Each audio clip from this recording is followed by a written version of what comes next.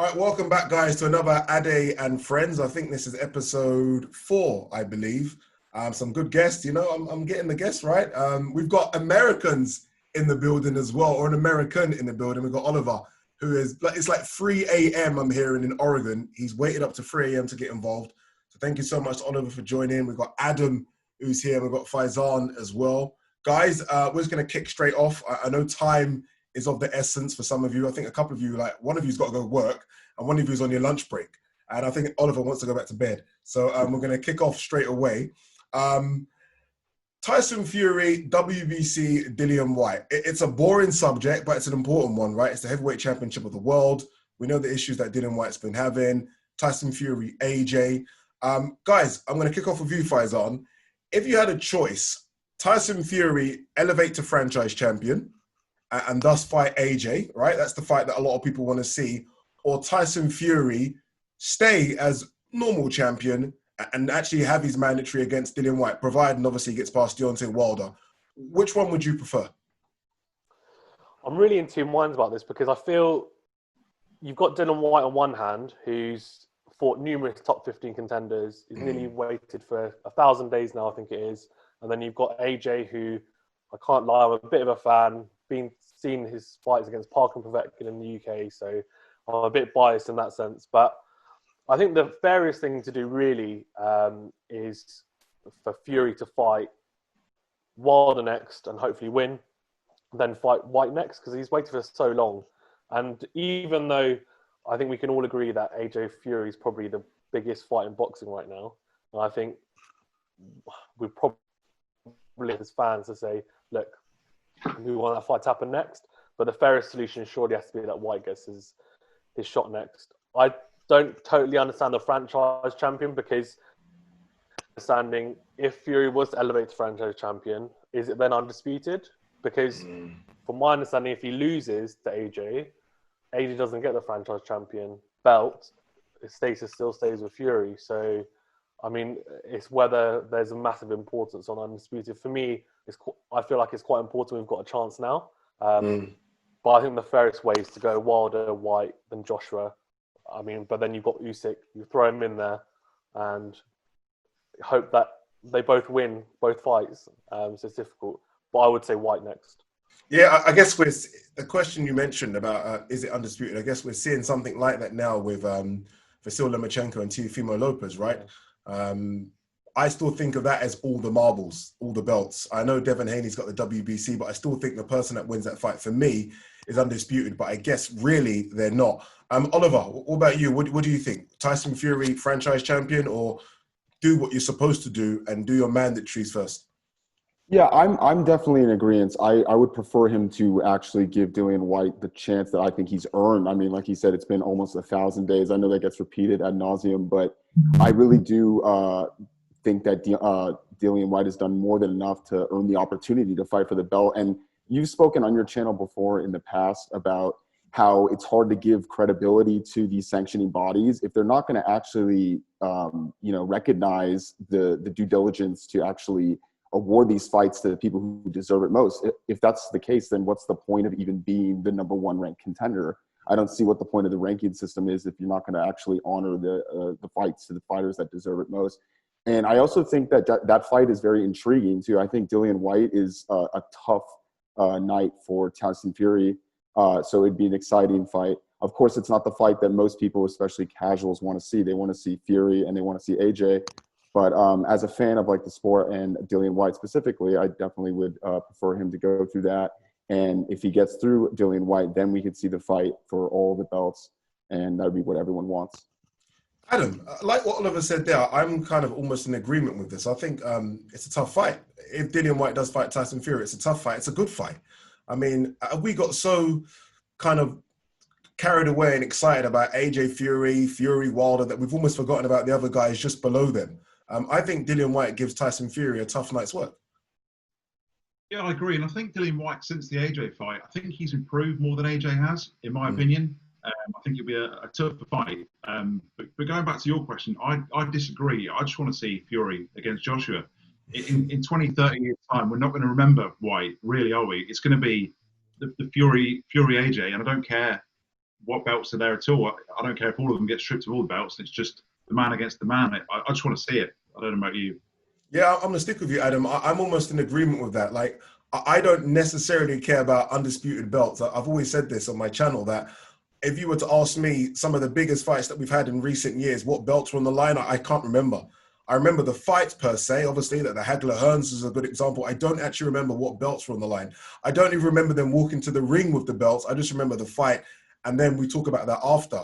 I think we've all got carried away a bit with undisputed, as though that really means something, when what we do remember are the fights. So if you're saying if all the belts got stripped away, or at least AJ lost maybe his belt to Kubrat Pulev, and Fury said, you know what, take the WBC belt, you're still happy with that fight? 100%. It's just got to happen, hasn't it? You don't even remember the whole fight. You remember the outcome. You remember the highlights. You remember maybe a minute or so of it. It's just got to happen. Like the Klitschko AJ fight. I mean, I remember that well. I was there. It was incredible. I couldn't tell you what belts were on the line for it. I couldn't tell you which ones were missing. It's just about the event, isn't it, more than anything else? And the legacy. Oliver, from an American standpoint here, we obviously Brits, we keep talking about Fury AJ. We talk about Dillian White a lot. Again, I've said this before on the channel, there's still one guy in the mix, and that's Deontay Wilder. And he could spoil that whole party. What do Americans think about the Deontay Wilder versus Fury trilogy? Are they giving Wilder a shot? Is it almost a foregone conclusion, or do they still think that Wilder has a good chance? I personally think he still has a good chance because of that right hand. What's it like stateside? What's the feelings? You know, it's pretty similar to, I think, what it is over there on your side. I think he did, to a certain degree, get exposed in that second fight. I think that the game plan was kind of mapped out for how you defeat someone like Deontay Wilder. And it's a lot of what people kind of already knew, or at least some people would say they already knew prior to that fight.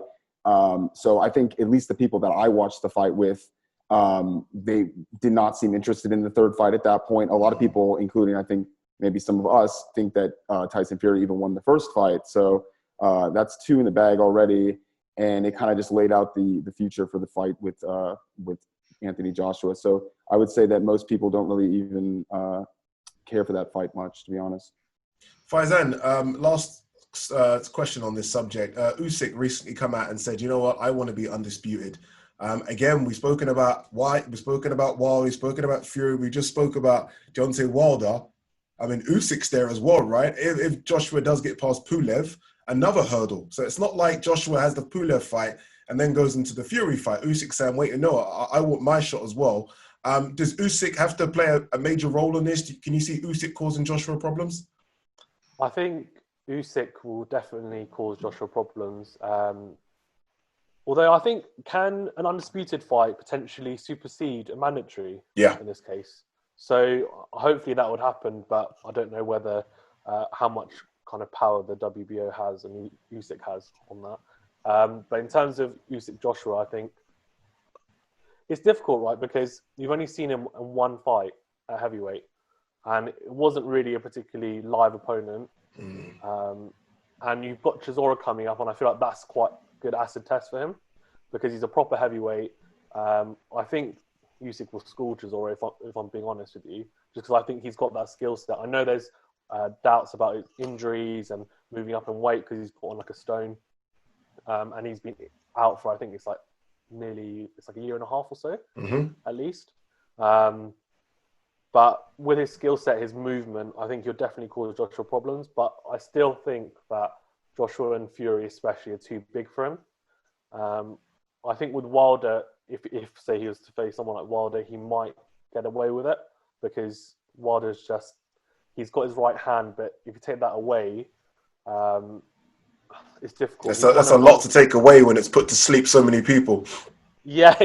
But I mean, he's still got a bronze medal in the Olympics, right? Like, he can box. I just think he doesn't really show it much. But when you come against someone like Usyk, I just think Usyk would just run rings around him, even throughout the whole fight. But Joshua, I think it's difficult, but I think Joshua's way too big. It's difficult to jump up that high. All right, let's move away from this talk. I'm getting bored of Wilder, Fury, AJ. Let's see it when it happens. Adam, let's talk about Mike Tyson. 53-year-old Mike Tyson with a body of a 43-year-old Mike Tyson. Released another clip. Everyone's got excited. Even though it's like the same clip repeated about 30 times, it does look good. It went away, this Mike Tyson talk, about a couple of weeks ago. It was really hyped up. It's gone away again now. Do you actually see him having another fight, or is it just talk? Would you like to see him have another fight? I mean, it's embarrassing, isn't it? He's in better shape than I am, and I'm 20 years younger. But I love Mike Tyson. I'd definitely watch it without doubt. Do I think he should? Probably not. It's a bit like, should Elton John still tour? He hasn't got the voice. He's still got the records, but he's just not got the voice anymore. Can he take a punch? He couldn't in his last fight. So what's changed, really? And also, it's a video clip. The pads aren't punching back. The bags aren't punching back. You can make yourself look a lot better in a short clip like that than you actually are. I think maybe he needs the money. I don't know. I don't think he should, but I'd definitely watch it. Oliver, that's the problem, isn't it? Like what Adam said, and I agree with him. I'd watch it. And I think they know that everyone would tune in and watch it. Like I said the other day, like if Tyson was to have a fight against Shannon Briggs, for example, even if it's a 6-round exhibition fight, I mean, it will get a pay-per-view number that is going to be crazy, right? Tyson knows that. Tyson's handlers knows that. And that's why it looks like this could be serious. It could come back just because he knows there's an appetite for people wanting to see him fight again. Yeah, definitely. I mean, and I'm guilty also. But, it's kind of a weird situation because they haven't really specified if it's going to be an exhibition or if it's going to be, against someone like Shannon Briggs, who maybe they're going to give a bit more of a challenge to him, or if it's going to be Evander Holyfield. We don't really know. And, me personally, of course, I would watch the fight. It's Mike Tyson. He's a legend. But I really do feel like it's going to be about one round, maybe at most, of competitive level. And then it's just going to be an old man, unfortunately, just running out of gas and just holding on to whoever he's fighting for the rest of it. Of course, I'd still watch. But right now, I personally don't really want to see Mike Tyson in the ring again. It seems like he's doing pretty good on his weed farm with his podcast at the moment. So. Yeah. Faizan, I watched a Joe Rogan podcast about a month ago, and Joe Rogan said on there that if Tyson, who's training with Vitor Belfort, by the way, former MMA star, if he gets on the same gear that Vitor Belfort was on whilst in MMA, he might look and be a 53-year-old, but his body will respond like a 43-year-old. And I think we're seeing that. He does look, after we all can admit that he does look in fantastic shape. Would you be okay with him having a fight against a Shannon Briggs, who I think last fought 3-4 years ago, or would you prefer to see an exhibition fight against the likes of someone his own age, Evander Holyfield, or maybe even a Riddick Bowe, someone that's way past his best? Or do you actually want to see Tyson in a real proper fight? I agreeing with kind of Adam's point about the punch resistance. I think he can be in as good a shape as he wants, but surely the punch resistance can be even worse when he gets in the ring. I think an exhibition fight against someone like Holyfield, who's a similar age, I don't have a problem with that. But if it's like a normal fight against a younger pro who's fresh and live, no way. Like, I think that's just a disaster waiting to happen. And they were talking about a bare knuckle fight with Shannon Briggs. I think that's horrendous. Like, that is, I mean, wow. Like, that's the right madness completely. Because Mike Tyson is 50s, Shannon Briggs, I think he's touching 50 now. And they're both huge punchers. And without gloves, I just couldn't believe they're even talking about that. So exhibition for me, yeah, 100%. I mean, if you want to do it against someone similar age like Evander Holyfield, I think people would definitely watch it as well. And I feel like you're going to have medicals and they might wear head guards potentially, so it's a bit safer. But without head guards or something like bare knuckle fighting, no way. I just think it's not worth it to potentially harm someone in that way. I know there's money out there, but as Oliver said, he's got his weed farm, so he's all good. Doing his hot boxing podcast as well, so it's perfect. Yeah, this is the funny thing with Tyson. It's not like he doesn't look like he's short of a few penny right now. He looks like he's rich. He's doing well. Again, that weed farm, I know he's doing very, very well. Let's talk about fighters in the present. Adam, Terence Crawford, a fighter that I love, a fighter that I think is a pound for pound top 3 at worst, could be higher for some people. Has been struggling with opponents, though. Let's be honest. He can't get any of the PBC guys. He can't get anyone he really wants to fight. So now they're talking about Ugas. Ugas fought Sean Porter. For those of you listening that don't really know who Ugas is, what can he do? Does he take the Ugas fight? Does he maybe take the Kell Brook fight? What can Terence Crawford do? Is it a good fight, Ugas, for him? I think it's a decent fight. I think he should take it. At the moment, like you said, there is a limited amount of opponents. There's not much fighting going on anyway. I think, me personally, I'm just desperate to see any fights at the moment. I just miss it. The Kell Brook fight, will it happen? I think Kell Brook could take it. I think Kell Brook, he's the sort of guy that he steps up, rightly or wrongly, with his Golovkin and his Spence before. So I think he'd definitely take it. I'd take either. I'd take either, really. I'm on the fence. Yeah. Oliver, what about yourself? I mean, I'm very happy we've got an American on right now. For me, I feel it. I'm so frustrated when I think of Terence Crawford, just because I feel like we're getting to a guy that right now is at his peak. And we know you don't stay at your peak for long. Not everyone's going to be a Floyd or a Bernard Hopkins. It's going to dip soon. It's going to dip suddenly. What's the situation like in America with regards to Terence Crawford versus any of the PBC guys? Does anyone put the blame on the PBC guys? Is it Bob Arum? What's the talk of this in America? Yeah, I mean, I'm not really sure exactly with respect to the PBC. I just know that there's just the general problem there with them just having those cross-promotional fights. And it seems like that exists in a lot of other areas, but it's especially prevalent there, especially if we're talking about Terence Crawford fighting someone like Errol Spence. But right now, I mean, going back to what you were saying, I think Ugas is a great opponent for him, all things considered. The last couple of opponents he's had, they have not been top level. And I actually read that Ugas beat him in the amateurs too, which I didn't know that. So I watched Ugas's last fight against Sean Porter, and I thought he got robbed personally. Yeah. I think there was even a late knockdown that wasn't called. He's a slick boxer. He's a counterpuncher. He plants his feet. So it'd be a kind of a exciting matchup, I think, with Terence Crawford, because he brings so many different skills to the table. And I think their two styles would just make for a great fight, and a fight that I think Terence Crawford desperately needs, because as you said, he's reaching that point where maybe he's at his peak right now. And if he's not going to actually get the right fights, he's not going to go down in history as one of those great fighters that I think he actually potentially could. Yeah. Faizan, it's almost like the Ugas fight. People want to see it. Terence Crawford should get the respect for taking it. I personally think Ugas could be a top 5 guy. Again, a lot of people thought he beat Sean. A lot of people think he could beat the likes of Danny, for example, or even maybe a Keith right now is probably coming to the end. But he's not going to get the respect from casual fans. They're going to say it's not Keith, it's not Sean, it's not Danny, it's not Errol, it's not Manny Pacquiao. If you're Terence Crawford, what's the bigger fight for the casual, Kell Brook or Ugas? I think realistically for the casual is Kell Brook, just because he's a former world champion. He's faced Errol Spence, Golovkin. I think he's more well known, I think, in general in the boxing world. But Ugas, I think, is a tougher test. Yeah, 100%. by far. As Oliver said, he plants his feet. It's basically going to be a war. Terence Crawford loves to stand and fight as well, even though we know that he can do it all. I think he tends to get dragged into tear-ups as well. I think the issue is it's really tough, right? Because with a PBC stable, you just can't breach it. And I think Ugas at the moment is the best fighter out there. But the issue is that if he say knocks out Ugas early, then are people going to say, well, actually, Ugas wasn't very good because actually he's knocked him out early. Whereas if he has a tough fight with him, it's almost like you want him to have a tough fight with Ugas so that some of the PBC fighters go, "Ooh, hold on, he's not actually as good as we thought he was. So let's fight him." Because 100%, I think Ugas was robbed against Porter, and maybe it'll kind of get him those fights that he needs. The issue is we have now seen cross promotion with Fury and Wilder now, so it is possible. True. I think it is tough. There's a lot of logistics involved, 100%, but something like Crawford Spence, I mean, I don't know if it's ever going to happen, especially with Spence's accident as well.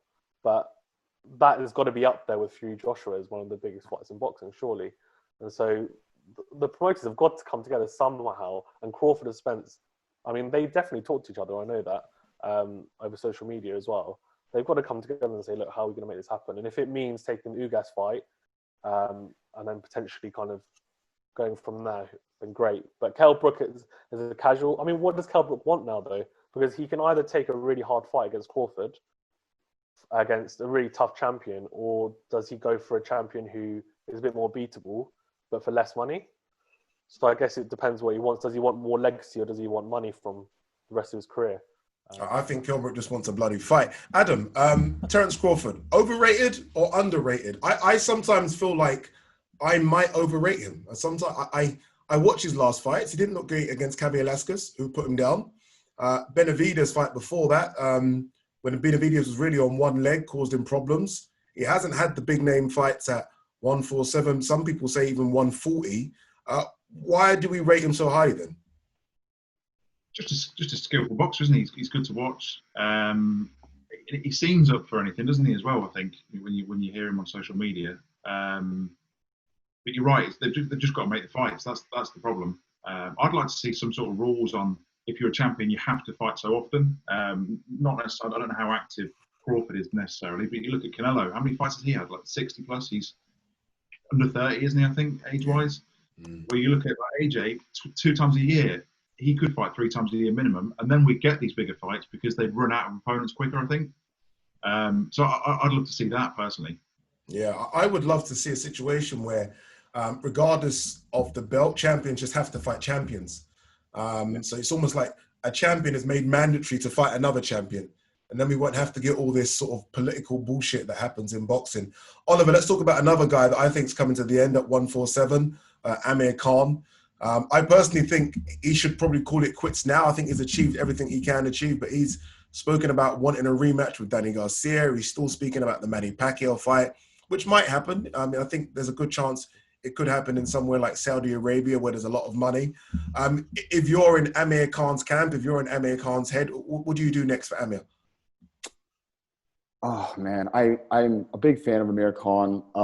I kind of got sold, I think, on him. You know, I think he was trained with Virgil Ortiz, if that's correct, against Terence Crawford. Yeah. And I was watching all the behind-the-scenes stuff, and I was like, oh, maybe he's at a good camp. He's going to show up, and it didn't look like he's back to where he once was, unfortunately. I think, honestly, I don't see him getting the Danny Green fight. I don't see why Danny Green would take that fight at this point. Danny Garcia. Oh, Danny Garcia. Yeah. Danny Garcia would take that that fight. It just doesn't seem worth it, if I'm honest. And maybe if the Manny Pacquiao money was right for him, he would take that. I think that'd be an easy night's work for Manny Pacquiao. But I think Amir Khan, he's had a good career. You know, he was a successful Olympic boxer. He was a world champion. He beat great fighters, Marcos Maidana.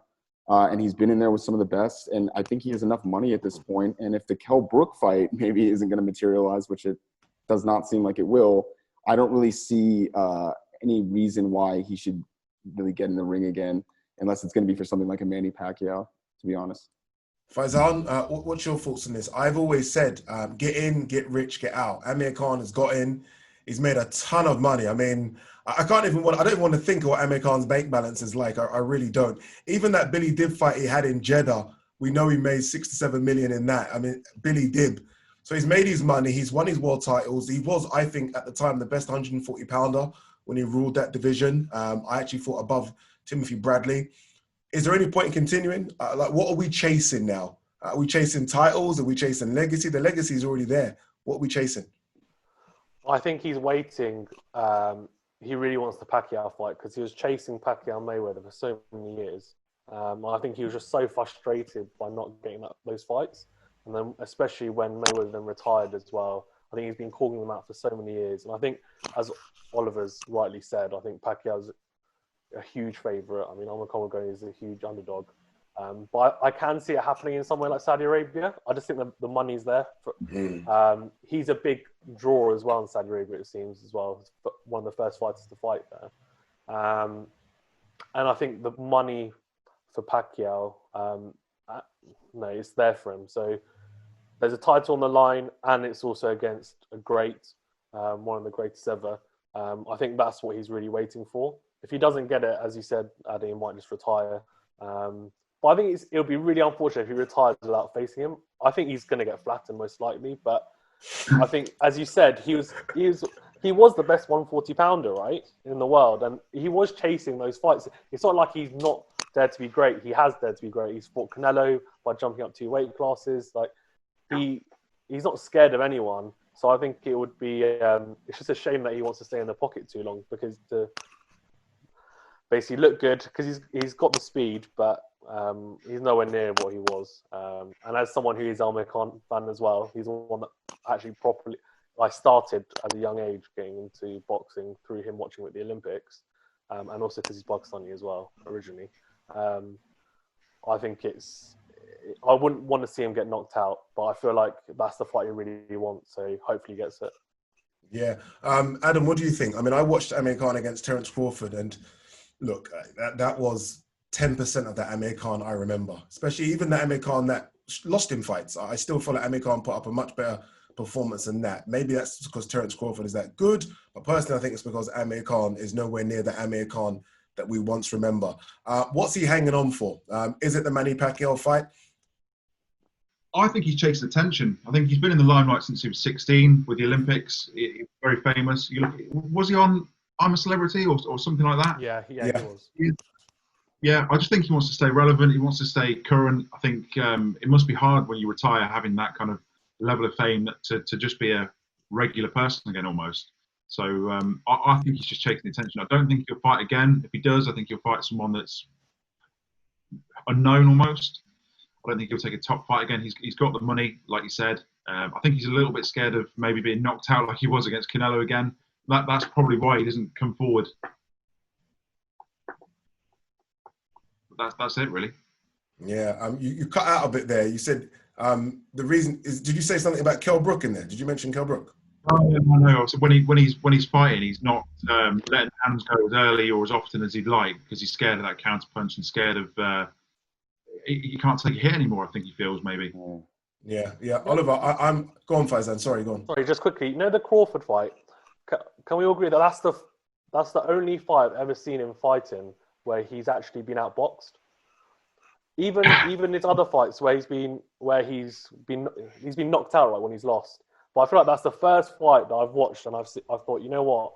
Maybe Crawford's just that good. Maybe he's just that good. But that's the only fight that I've seen where I've thought, oh, sugar, like he's getting outboxed really easy. And that's how Amir Khan wins fights, by outboxing people. He doesn't knock that many people out. Yeah. And I think that was like, whoa, okay, he's nowhere near what he was. It's funny you say that as well, because maybe there is a kind of in the middle fight for him. Again, Terence Crawford is a pound for pound. A lot of people think Terence Crawford is the best 147 pounder. There is no shame losing to Terence Crawford. Maybe a Danny Garcia, who I think is a couple of levels below Crawford, even though Danny Garcia is a top guy. Maybe, Oliver, that is a good fight. Maybe Amir Khan versus Danny Garcia isn't as stupid as it sounds. Yeah, I guess. I mean, you can make the case for that, I think, especially because I don't necessarily rate Garcia too high.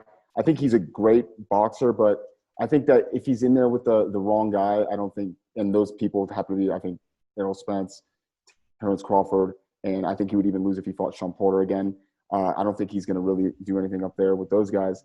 But, yeah, I could see that. I could also see the Kell Brook fight, though, which, I mean, it doesn't look like that's going to happen. But I don't even know if Kell Brook can make the weight at this point because it doesn't seem like it. But I could see that fight, if we're talking about levels of skill-wise at this point in their careers, that could be something as an in-between fight. But, yeah, I could see how Garcia would fit that, though.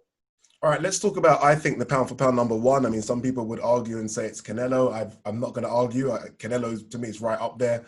But a guy that I think is just magical in the ring is Lomachenko. Big and important fight against Teofimo Lopez. They're talking about maybe October, November, when a few crowds are allowed to come back in America. If he does win that, and it's a big if, well, actually, it's a small if. I think he wins. But if he does win, undisputed champ at 135, what happens next? Could we see, and I'll go to you first, Adam, is there any chance we could see him going to 140 and just having a fight at 140? There's definitely a chance. I mean, the fight I want to see is him against Davis, but I just, again, can't see it happening. But there is a chance. He I don't know. He's getting a bit old as well, isn't he? How old is he? Like 30, 33 almost? I think he's 32. I could be wrong. I think he might be 32.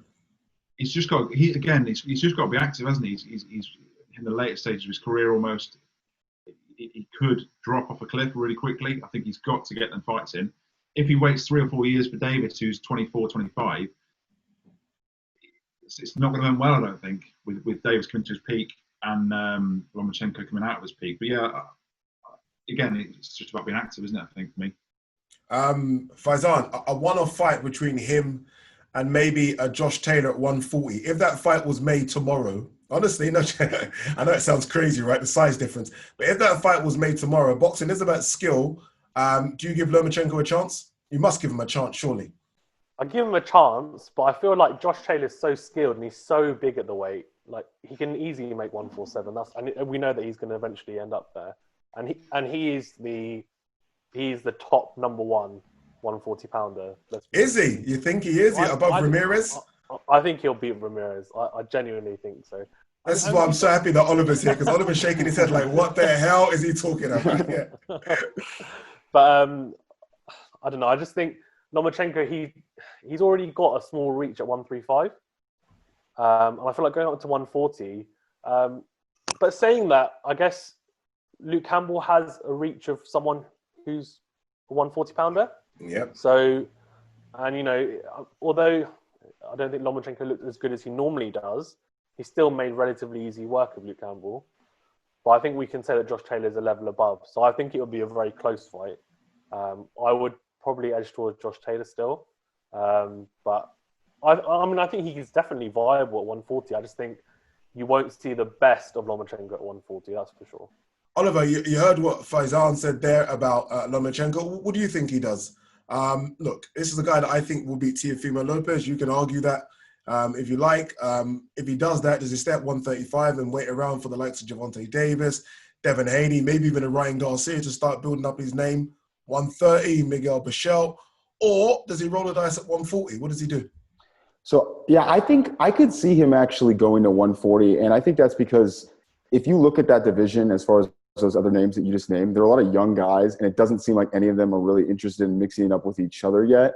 But they kind of seem to call out Lomachenko, obviously because he's the biggest name and probably the most skilled fighter in the division. I think I could see Lomachenko. I also agree. I think he'll handle Teofimo Lopez, and I could see him going up and fighting at 140 because I think he'd be guaranteed I feel like a title shot pretty quickly up there. And there's only two belt holders right now between Josh Taylor and Jose Ramirez. And I feel like, you know, with the right camp, he could probably beat both of those guys, I think, on the right night. And it would be an easy way for him to collect belts and be a 4-division world champion, which would just be, I mean, you're talking top 15, maybe fighter of all time at that point with the gold medal included. I mean, in under 20 fights, too, that's never been done. Nothing even close to that's been done. Mm-hmm. Yeah, what do you make of what Faizan said there about Josh Taylor? I think he used the word easily beating Ramirez. Am I wrong, Faizan? Did you say easily? Oh, no. Well, I said he was number one. I think I don't know whether he'd easily beat him. I think it'd be a tough fight, but I think he'd win. Yeah. What do you think of that, Oliver? You know, I watched the fight with Prograis, not live, but afterwards, and I thought it was very close. I thought Taylor probably nicked it at the end. But I think watching that and having watched some of Ramirez's fights before, especially the one against Hooker, where you see him just come out like a piston and just knock him out with the left hook, he has a style, I think, where he wants to take the fight to you. And I think Taylor's a very skilled boxer, too, and would make for an interesting clash. But, man, Jose Ramirez, I mean, he was the sparring partner of Manny Pacquiao, I know, for a while, too. And that guy can hit. And I think people underestimate his boxing intelligence, too. I think he can adapt in there. And I think that's a tough night for anybody, honestly. I think he's a very slept-on, underrated fighter, Jose Ramirez. Adam, it seems like we always get patriotic when we have two fights. It's like football, right? When it gets that close, we always get patriotic.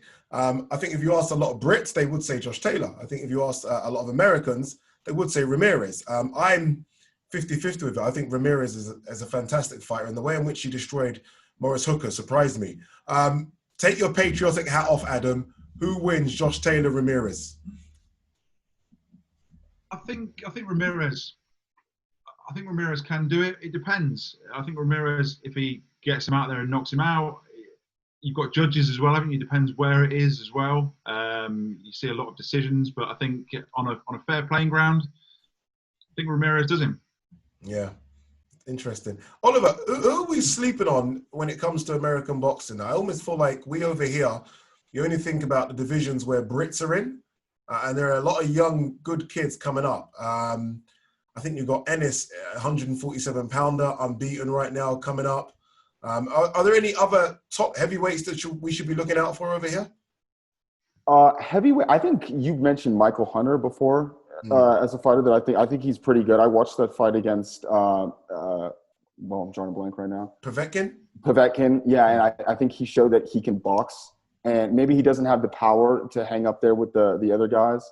I'm pressed to think of someone else. I know that if I had a bit more time, I could probably come up with a couple names. But Michael Hunter comes to mind as one. I think that he's not really a household name, even in America. Most fighters aren't, to be honest. But I think he's someone that you could see mixing it up there in the heavyweight division. Go rewind back there for me. You said most fighters aren't household names in America.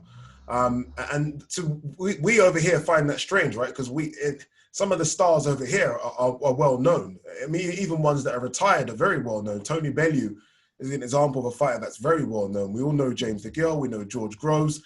In America, it seems so different. Is it because there are so many other top sports and boxing is almost like number 9 or number 10 down, where over here it's probably number 2 or 3 behind football and maybe rugby? Is that why sort of boxers don't get pushed in America? I definitely think that has something to do with it.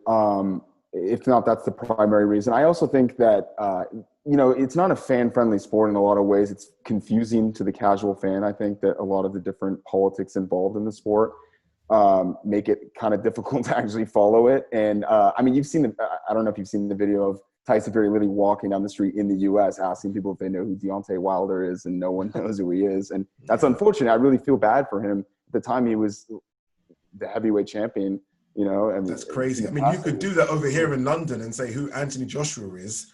And honestly, I think if you were to ask 10 people, I think 6 or 7 would know who AJ is. Yeah. Honestly, I think it's that big. And I find that crazy. Yeah. There was a time when the heavyweight champion of the world was almost probably as famous as any other sports star in the world. Is it because of MMA in America as well? Is that kind of superseded boxing in America? It definitely has, and specifically the UFC. I don't really know any more like hardcore MMA purists in the US. Most people who watch MMA think it's just the UFC, but it has I think a stranglehold on the combat sports fandom right now. But when there's the big fights like Fury versus Wilder or Joshua, you go to like a public place to watch, it's still like there's tons of fans, but it's just not like it's not in the homes. It's not like you're watching basketball or American football, these other sports. It's not even close, to be honest. Adam, go on, Fazan. Sorry, go ahead. Sorry, just really quickly. No, go on, jump in. Is there a big is the reception for the potential of Joshua Fury, is that quite big in the US? Or do you think Fury Wilder 3 or any other Fury Wilder fights, do you think they're bigger in the US from a US perspective? I actually think the Fury Joshua fight would be bigger at this point. Yeah, I think so. And even that fight, it's going to be massive. It's going to be a pay-per-view fight and tons of people will buy it. But if you were to walk down the street and ask people, are you going to watch the Fury Joshua fight? There's a lot of people that will say they don't know who those people are, like just flat out. And wow. I guarantee it. And it's unfortunate, but it's true. And wow. Anyone from the US, I'm sure would agree with me. Especially if you're in places that are not, big cities like LA or New York, no way, honestly. Adam, does that surprise you? Does that shock you, Adam? I think it's got to be about the big fights as well. I think you look at Mike Tyson, he had the huge fights back in the day. Ali had huge fights. I think Wilder hasn't had any huge fights. He's had Ortiz, which was entertaining, but Ortiz isn't a big name, is he? I don't think he really speaks that much English either. So I think it's all about the big events. But yeah, I also think boxing's bigger in England because we're a lot more dense. You can drive from London to Newcastle in a couple of hours, where in America it's less densely populated. So I think it's about that really, and about events. And we play it in football stadiums here as well, don't we? It's they are huge events. Yeah, they are. We have events over here, Oliver, that fill out arenas, and we're talking. When I say fill out, I mean pack out, and they don't have to be the biggest names, but they'll pack out 10,000, 20,000 arenas just like that. Remember when Eddie Hearn said he went to America and he was shocked about some of the big names or names that we perceive to be big, like some Danny Jacobs, and these guys can't sell tickets. It's a strange thing in America. Do you think it's because of the split as well? So we're not going to get the big fights because of the politics in boxing, and if we don't get the big fights, we simply don't grow the sport. Oh, definitely. Honestly, and it's exactly that.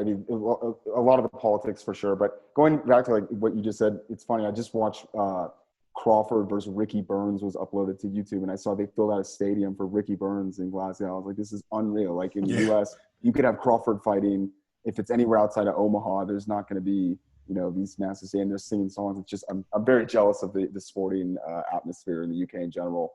Yeah, it's funny because I think Paulie Malignaggi, who used to commentate for Sky Sports, I mean, he said the same thing. Like, he said that there's nothing like the noise that we make over here. And I'm not just saying it as a Brit, but you go to the events. I've been to America. I've been to events. The noise over here, again, not for the top tier fighters, for some second rate fighters, is crazy. All right, final question, guys. I'm very interested to know what got you all into boxing. I'm going to start with you first, Adam.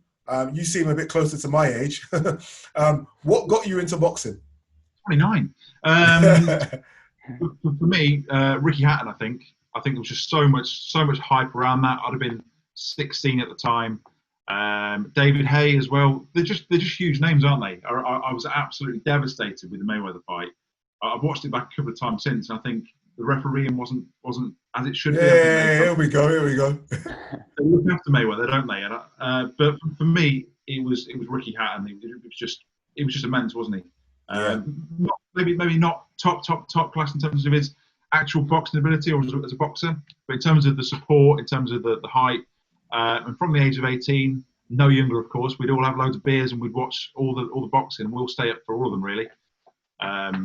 Even now, I've got an 18-month-old daughter. It's led me in good stead to getting up at 3-4 o'clock in the morning to watch the American fight. So I just love it. I think it's just entertaining, isn't it? It is. Faizan, what about you? What got you into it? So I think I mentioned before, Amir Khan at the Olympics Athens 2004. I remember watching him. That got me into it, just kind of piqued my interest. But when I started really getting into it was similar to what Adam said, the Mayweather-Pacquiao fight, and also especially the Joshua Klitschko fight. I think as soon as that fight happened and the heavyweights started to really boom, I think bit of a cliche, but then I started getting involved. Really getting involved. Yeah. No, I agree with you about the heavyweights, by the way. I think if heavyweight boxing is thriving, I think boxing's thriving. I think everyone's grown up on the heavyweights. My dad was Mike Tyson. His dad was Muhammad Ali. So everyone's grown up on that. Oliver, what about you? What piqued your interest in boxing? Yeah, I only started watching boxing like really fanatically like about maybe 4 years ago max. And I think I started watching UFC in the beginning, and I just kind of gravitated more towards boxing. I like the skills involved, and I don't really know anything about like grappling, wrestling, jiu-jitsu. So that's all kind of, I just don't understand it. But boxing, like, you just see the most technical on the feet match. So I always kind of gravitated to that. And then just looking into the history of boxing and just how old the sport is. And I mean, there's just so much to learn. And it just seems like there's an endless amount of knowledge about boxing that you can just go back and back and back. And I just find myself watching old fights all the time and everything. And there's just so much to choose from. But probably the first fight I remember watching, being like, wow, this is great, is it would have been a Pacquiao fight. I can't remember which one, but Manny Pacquiao in probably like 2000. Oh, it was Ricky Hatton, Manny Pacquiao. I remember watching that and being like, wow, this is crazy. Like, as a little kid. No, that was crazy. All right, I said final question. I'm lying. One more question. If everyone had a crystal ball and you could make one fight now, right now, what fight is it? Adam, you first. What fight if you could make right now, would you make? Canelo Golovkin 3, I think, for me. Okay. Both fights, you could score it either way. They were both just absolute wars, weren't they? So I really enjoyed those. Okay. Faizan? If they're both fit and healthy and kind of on form, then Crawford Spence for me. Yeah, interesting. And finally, Oliver? Crawford Spence, hands down.